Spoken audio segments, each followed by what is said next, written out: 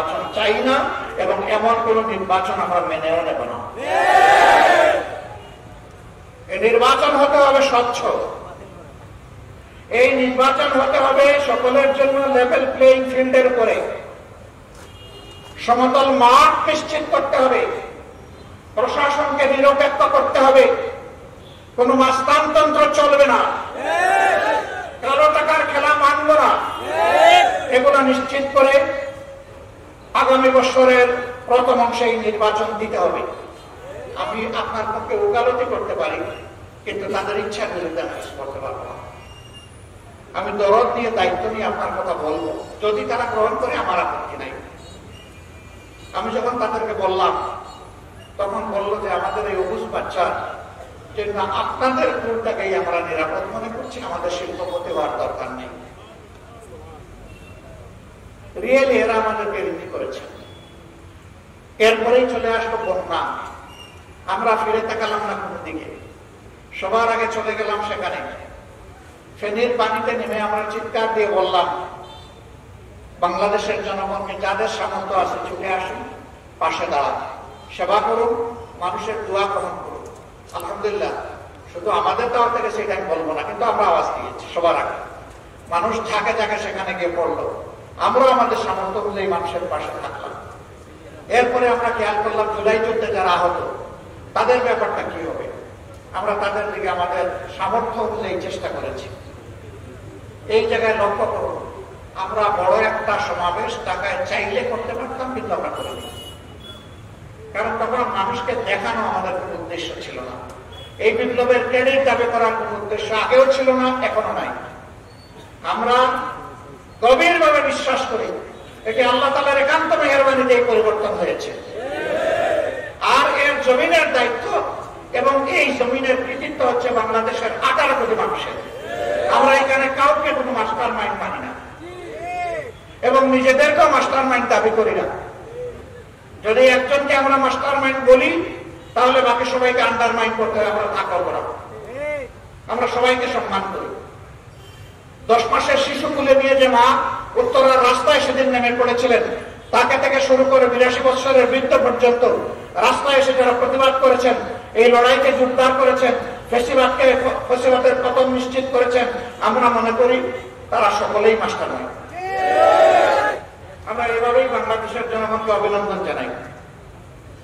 বন্ধুগণ, অবশ্যই দেশকে সুশৃঙ্খল অবস্থায় আনতে হলে আমাদের একটা কার্যকর নির্বাচন লাগবে। সেই নির্বাচনটা আমরা আশা করছি আগামী বছরের প্রথম দিকে ইনশাআল্লাহ অনুষ্ঠিত হবে। কিন্তু সেই নির্বাচনটা কেমন চাই, আমাদের স্পষ্ট বক্তব্য, অতীতের বস্তা পচায় ধারায় নতুন কোন নির্বাচন চাই না এবং এমন কোন নির্বাচন আমরা মেনেও নেব না। এই নির্বাচন হতে হবে স্বচ্ছ, এই নির্বাচন হতে হবে সকলের জন্য লেভেল প্লেইং ফিল্ডের উপরে, সমতল মাঠ নিশ্চিত করতে হবে, প্রশাসনকে নিরপেক্ষ করতে হবে, কোন মাস্তানতন্ত্র চলবে না, কালো টাকার খেলা মানব না। এগুলো নিশ্চিত করে আগামী বছরের প্রথম অংশে নির্বাচন দিতে হবে। নির্বাচন বিলম্বিত হলে কিছু জটিলতা সৃষ্টি হবে, এগুলি আমাদের আছে, কিন্তু আমরা কোন প্রিমেচিওর ডেলিভারি চাচ্ছি না। বাচ্চা 10 মাস 10 দিনে যে বাচ্চা জন্ম নেয়, সেই বাচ্চা স্বাভাবিকভাবে সুস্থ সবল থাকে। 6 মাসের মাথায় বাচ্চা জন্ম নেয়, তাকে ইনকিউবেটরে রাখতে হয়। ওই বাচ্চা সারা জীবন দুর্বল থাকে। আমরা এরকম কোন দুর্বল নির্বাচন এবং দুর্বল গণতন্ত্র চাই না। আমরা গণতন্ত্র এবং নির্বাচনকে তার মজবুত পিলারের উপর দেখতে চাই। আমরা সংস্কারের কথা বলেছি, অবশ্যই সংস্কার করতে হবে। আমরা স্থানীয় সরকার নির্বাচনের কথা বলেছি দুর্ভোগ কমানোর জন্য, এটা একটা নির্বাচন। বহু জায়গায় এখন স্থানীয় সরকারের কোন প্রতিনিধি নাই, জনগণের সাফারিং হচ্ছে। এ কিসের রাজনীতি? জনগণকে আমি সাফারিং এর মধ্যে রেখে দেবো? এই জন্য আমরা বলেছি যে আগে স্থানীয় সরকার নির্বাচন দিয়ে জনগণের সাফারিংটা দূর করে। আমরা প্রবাসীদের ভোটাধিকার চেয়েছি। এই আন্দোলন, এই বিপ্লবে, এই অভ্যুত্থান আমরা একা করে নাই। আমাদের প্রবাসীরা সমান কৃতিত্বের দাবিদার। তাদের ভোটাধিকার কেন থাকবে না? তাদের ভোটাধিকার অবশ্যই নিশ্চিত করতে হবে। তাদের ভোটাধিকার শুধু নিশ্চিত করলে হবে না, তাদের ভোট প্রয়োগ নিশ্চিত করার ব্যবস্থা করতে হবে। এগুলো কি আমাদের অন্যায় আবদার? এগুলো আমাদের যৌক্তিক দাবি। প্রবাসীরা হাজার ধরনের বিড়ম্বনার শিকার হন, তার মূল কারণ হচ্ছে তাদের ভোটাধিকার নাই। এই জন্য যারা সরকারে যায় তাদেরকে গুরুত্ব দেয় না। একটা জায়গায় খুব সুন্দর করে গুরুত্ব দেয়, সেই জায়গা হলো প্রবাসীরা আমাদের রেমিটেন্স যোদ্ধা। আর বিদেশে হালকা ওজনের বড় লাগেজ নিয়ে যাওয়া হয়, আসার সময় আলহামদুলিল্লাহ ভারী লাগেজ নিয়ে আসা হয়। এই জায়গায় খুব ভালো গুরুত্ব দেওয়া হয়। আমি ছোট্ট একটা মানুষ, সারা দুনিয়া ঘুরাই, ছোট্ট একটা লাগেজ নিয়ে যাই। নতুন জায়গায় গেলে বন্ধুরা বলে যে আপনার ট্যাগটা দেন। কিসের ট্যাগ? বলে যে আপনার লাগেজ ট্যাগ। আমি ভাই আমি নিজেই লাগেজ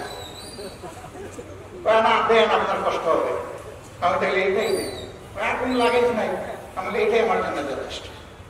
কেউ আমাকে একটা শার্ট দিতে চাইলে, একটা গেঞ্জি দিতে চাইলে, কোন উপহার দিতে চাইলে আমি বলি আমার লাগেজ খুলে দেখেন, জায়গা থাকলে আপনি ঢুকাই দেখেন। আমার লাগেজে কোনো জায়গা নেই। আর আমি এখানে সম্পদের বোঝা বাড়াতে আসিনি।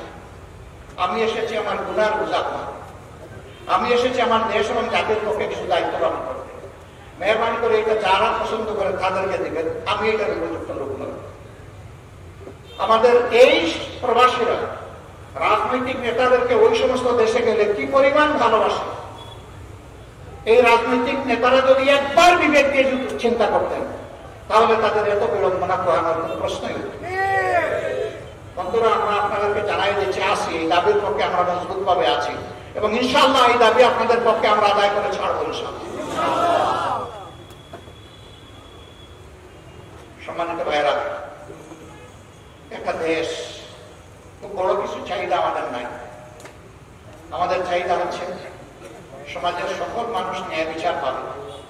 আমাদের চাহিদা হচ্ছে সমাজে বৈষম্য থাকবে না। আমাদের চাহিদা হচ্ছে দুর্নীতির কোন রেশন থাকতে দেওয়া হবে না, এমন একটা সমাজ আমরা চাই। ট্রেনের পানি দিয়ে 10 বার হাত পা ধরলে নিয়ম মাফিক পুজো হবে কেন? কারণ ট্রেনের পানি অপবিত্র। এই মানবিক দুর্নীতিমুক্ত ইনসাফ ভিত্তিক দেশ কেবল তারাই করতে পারবে যারা নিজেরা এর উপরে চর্চা করে। আমরা ওয়াদাবদ্ধ, আমরা সেইভাবেই আমাদের জনশক্তিকে গড়ে তুলেছি এবং আগামী ইনশাআল্লাহ এইভাবেই আমরা দেশ করতে চাই। দেশের মানুষ আমাদের উপর আস্থা রাখলে আমরা তাদের আস্থার প্রতিদান জীবনের সব কিছুর বিনিময়ে দেওয়ার চেষ্টা করবো ইনশাআল্লাহ। বিয়ানীবাজার পাশে একটা উপযুক্ত মানুষকে আপনাদের সামনে আমরা প্লেস করেছি, তার সম্পর্কে ইতিমধ্যেই জেনেছি। আমরা আশা করব বাংলাদেশকে স্বপ্নের বাংলাদেশ হিসেবে গড়ে তোলার জন্য আপনারা সবাই তার পাশে দাঁড়াবেন ইনশাআল্লাহ। এখানে যারা আছেন তারা ঘরে ঘরে আমার এই অনুরোধ সালাম মেহরবানি করে আপনারা পৌঁছে দেবেন। আপনাদের কাছে একটু ভালোবাসা সমর্থন চাই।